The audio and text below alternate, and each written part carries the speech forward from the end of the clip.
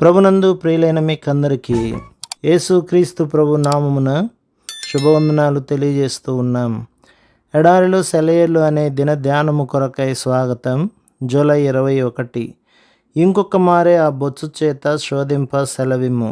న్యాయాధిపతులు 6వ అధ్యాయం 39వ వచనం. విశ్వాసంలో రకరకాల అంతస్తులున్నాయి.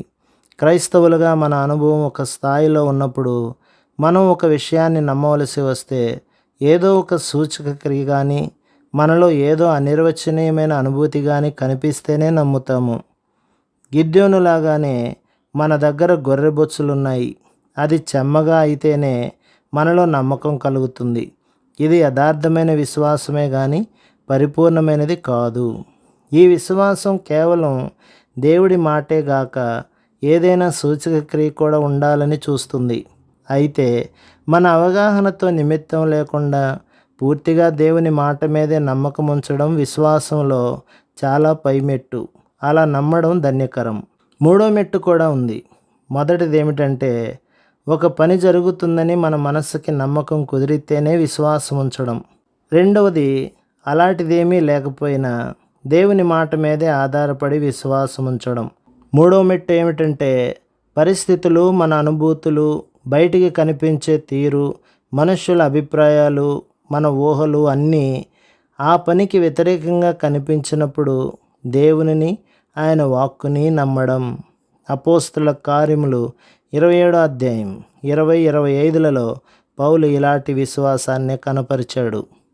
కొంతకాలం సూర్యుడైనను నక్షత్రములైనను కనపడక పెద్ద గాలి మా మీద కొట్టినందున ప్రాణములతో తప్పించుకుందామని ఆశ బొత్తిగా పోయిను.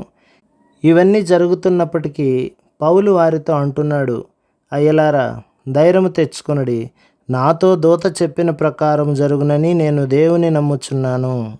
కనబడేదంతా వ్యతిరేకంగా సాక్ష్యం చెబుతున్నప్పటికీ మనం దేవుని మాటలో నమ్మకం ఉంచేలా దేవుడు మనకు విశ్వాసాన్ని అనుగ్రహిస్తాడుగాక. నమ్మకం ఉంచాల్సిన సమయం ఏది? అంతా ప్రశాంతంగా ఉన్నప్పుడా? అన్నింటిపై మనం గెలుస్తున్నప్పుడా? బ్రతుకే స్తుతిపాటైనప్పుడా? కాదెంత మాత్రము. అలలు ఎగిసి పడేటప్పుడు, తుఫాను మబ్బులు కమ్ముకొచ్చినప్పుడు, ప్రార్థనే ఆహారం, కన్నీళ్లే దాహమైనప్పుడు నమ్మకం ఉంచాల్సిన సమయమేది?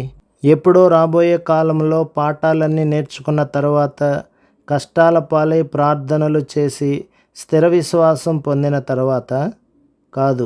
కాదెన్నటికీ కాదు. ఇప్పుడే ఈ దైన్యంలోనే చితికిపోయినా చినిగిపోయి ధూళిలో కలిసినప్పుడే. నమ్మకం ఉంచాల్సిన తరుణమేది? మిత్రులంతా సఖ్యత చూపుతున్నప్పుడా? సౌఖ్యాలు కురిసేటప్పుడా? నేను చేసే ప్రతి దానిలో నాకు మెప్పు కలుగుతున్నప్పుడా? కాదెంత మాత్రము. అంతా నన్ను ఏకాకిని చేసినప్పుడు, ఆధారాలన్నీ కూలిపోయినప్పుడు. నమ్మకం ఉంచాల్సిన తరుణమేది? ఆశలు బావుటాలై ఎగిరినప్పుడా? ఆకాశంలో కాంతి నిండినప్పుడా? హృదయంలో హర్షం పొందినప్పుడా? కాదెంత మాత్రము. సంతోషం అడుగంటినప్పుడు, దిగులు మెడను వంచినప్పుడు, దేవుడు తప్ప మిగతాదంతా మరణం శూన్యమైపోయినప్పుడు. ప్రభు మిమ్మును, మీ కుటుంబమును, మీ సంఘమును దీవించి ఆశీర్వదించునుగాక. ఆమెన్.